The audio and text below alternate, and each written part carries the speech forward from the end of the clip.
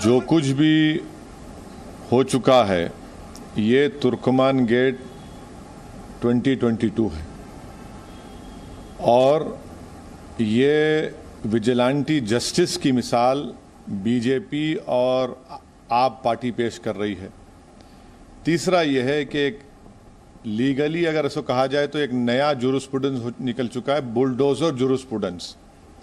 चौथी चीज़ यह है कि आप मुसलमानों को एक कलेक्टिव पनिशमेंट दे रहे हैं। पांचवी बात यह है कि अगर वो इलीगल अनऑथराइज्ड बनाए गए तो 7 साल से बीजेपी की सरकार क्यों सो रही थी। आठवीं बात यह है कि आपको कोई अख्तियार नहीं है, आपने एक कम्युनिटी को टारगेट करके उनकी दुकानों को और उनके घर को आपने नुकसान पहुंचाया। तो आप कौन होते भैया कोर्ट फैसला करने वाले कि कोई क्रिमिनल है या कोई कोर्ट तय करेगा। तो आप एक कलेक्टिव पनिशमेंट दे रहे हैं और आप क्रूरल्टी का मुजाहरा कर रहे हैं। और मैं याद दिलाना चाह रहा हूं बीजेपी को और आम आदमी पार्टी को कि कांग्रेस ने भी तुर्कमान गेट किया था। आज कांग्रेस देश में कहीं नज़र नहीं आती।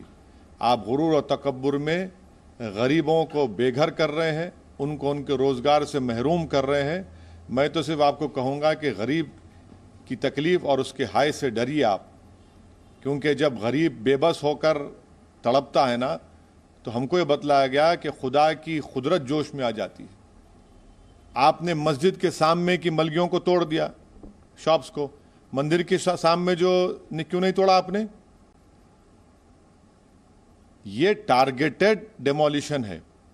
तो एक कम्युनिटी को कलेक्टिव पनिशमेंट दिया जा रहा है, ये विजिलेंटी जस्टिस है। मैं इसको कंडेम करता हूं और मैं शुक्रगुजार हूं कि सुप्रीम कोर्ट ने इसका नोटिस लिया और इमीडिएटली स्टे दिया। और हद तो ये है कि जब सारी दुनिया को पता चल गया कि सुप्रीम कोर्ट ने स्टे दिया है, स्टेटस को दिया है, उसके बावजूद भी नहीं रुकते तो सुप्रीम कोर्ट के रजिस्ट्रार को फोन करना पड़ता है।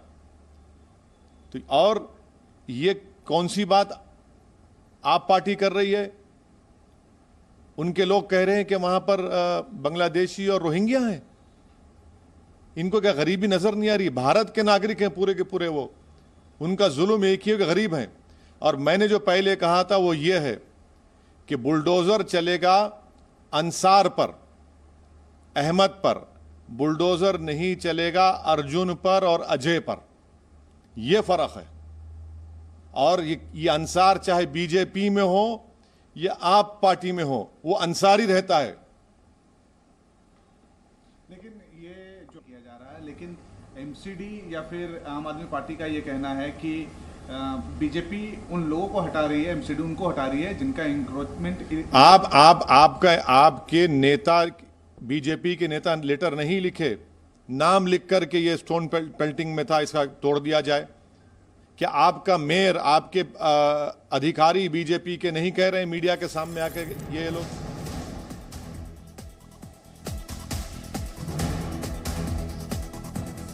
तो असदुद्दीन ओवैसी बीजेपी और आम आदमी पार्टी पर निशाना साधते हुए सैयद असीम वकार एक बार फिर से बैरिस्टर साहब ऐसे होमवर्क आधा अधूरा क्यों कर लेते हैं। ये क्या हो रहा है। पिछली प्रेस कॉन्फ्रेंस में भी किया, आज भी मंदिर के पास से भी अतिक्रमण हटाया गया सैयद असीम वकार, तो सिर्फ मस्जिद को लेकर सवाल क्यों पूछा।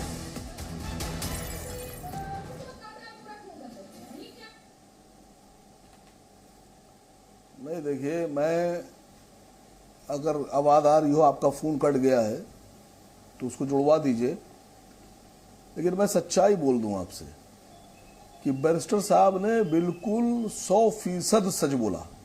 वो कभी गलत नहीं बोलते।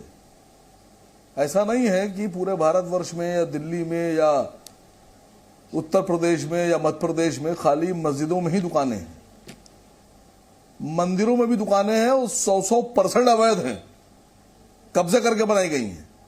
आप तोड़िए अगर आप इंक्रोचमेंट की बात करते हैं, वरना आप जबान से इंक्रोचमेंट की बात मत कीजिए। आप साफ साफ बोलिए कि आप कलेक्टिव पनिशमेंट दे रहे हैं। आप बोलिए कि आप मुसलमानों के खिलाफ हैं, मुस्लिम धर्म के खिलाफ है, मुस्लिम समाज के खिलाफ है। आप बोलिए मुंह से। आप डरते क्यों हैं। अगर आपको तोड़ना है तो आपको अगर इंक्रोचमेंट तोड़ना है तो मंदिर और मस्जिद इन दोनों की दुकानें तोड़िए, नहीं तोड़ेंगे आप। और हकीकत है अरविंद केजरीवाल साहब जब अपने नेता ताहिर हुसैन के साथ खड़े नहीं हो पाए, अरविंद केजरीवाल हिंदुस्तान के सबसे डरपोक नेताओं में से एक हैं। जो डरपोक नेताओं की लिस्ट बनेगी उसमें अरविंद केजरीवाल का नाम टॉप पे होगा, टॉप 5 में उनका नाम सबसे ऊपर होगा। वो आदमी इतना डरता है, ठीक इतना है डरता है कि रीना नाम लेने जी में सैयद डरता है। असीम वकार कह रहे हैं डरपोक हैं अरविंद केजरीवाल। जवाब ले लीजिए, रीना जी हैं इस शो में, रीना जी हमारे साथ आपको जवाब देंगी। रीना जी देखिए अदिति जी, मैं सिर्फ दो बातें कहना जवाब सुन चाहूंगी। लीजिए रीना जी का। मैं सिर्फ दो बातें कहना चाहूंगी। पहली बात, अगर वहां पे कुछ अवैध निर्माण था या वहां पे घुसपैठिए थे तो वो सिर्फ भारतीय जनता पार्टी की एमसीडी की शय की वजह से। दूसरी बात, अगर आपको वहां पे डिमोलिशन करवाना था तो कानूनी तरीके से आप नोटिस देते, बाकायदा जो कानून के अंतर्गत जो प्रोसीजर लिखा हुआ है उसको आप फॉलो करते और डिमोलिशन करते, कोई सवाल नहीं उठता। लेकिन भारतीय जनता पार्टी के टूल किट ये है कि आप पहले तो दंगा करवाइए। नहीं रीना जी, और जो ये सैयद टूल असीम किट वकार follow हो कह रही रहे है। थे अरविंद केजरीवाल के खिलाफ, उस पर मैं आपका जवाब चाह रही थी। ये तो आप कह चुकी हैं पहले भी, उसे लेकर मैंने आपसे सवाल भी पूछा। अरविंद केजरीवाल को लेकर जो सैयद असीम वकार कह रहे हैं, जो थोड़ी देर पहले असदुद्दीन ओवैसी ने कहा, उस पर आपका जवाब। इस पे मेरा क्या जवाब है? ये तो देश की जनता और देश का वोटर जवाब देगा कि कौन डरपोक है और कौन लोगों के साथ खड़े होने वाला है। लेकिन ये जो भारतीय जनता पार्टी की जो टूल किट है कि पहले आप दंगे करवाइए, उसके बाद आप गैर कानूनी तरीके से बुलडोजर चलवाइए, ये हमने देखा है कि पिछले कुछ हफ्ते से पूरे देश में यही फॉलो किया जा रहा है। इसका सिर्फ एक कारण है, कारण ये है कि जो बाकी जो सरकार की विफलताएं हैं उससे लोगों का ध्यान हटाया जाए। आज अदिति जी मुझे कंप्लीट करने दीजिए। रीना जी, चैनल पे आज आपके एमसीडी ने अगर पहले नहीं एक्शन लिया तो अब आज भी एक्शन नहीं होना चाहिए। रीना जी, एक्शन होना चाहिए। रीना जी, कानूनी अगर तरीके से एमसीडी ने लिया, पहले एक्शन नहीं लिया अगर तो बाद में भी आपने- उसे एक्शन नहीं लेना चाहिए? क्या दंगाई कोई नोटिस देता है? क्या अतिक्रमण से पहले, एनक्रोचमेंट से पहले कोई नोटिस दिया जाता है क्या अतिक्रमण से पहले? हाँ, जवाब देने दीजिए। एक्शन लेने से कोई मना नहीं कर रहा है, लेकिन अगर आपने एक्शन कानूनी तरीके से लिया होता तो सुप्रीम कोर्ट आपके एक्शन को रोकती नहीं, पहली बात।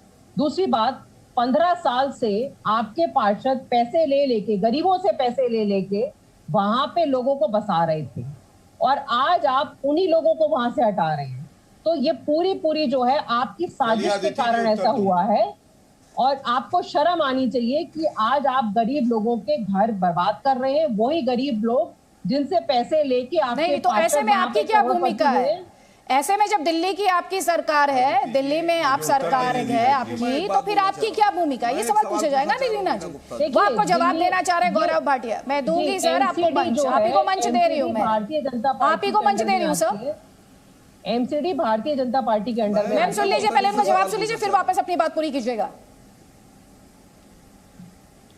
देखिए, विचित्र बात है, जो जनता के पैसे से 4 करोड़ के समोसे गौरव खा भाटिया। गए हैं, खुद सबसे ज्यादा भ्रष्टाचारी हो, वो बिना प्रमाण के हमारी पार्टी पे आरोप लगाते हैं।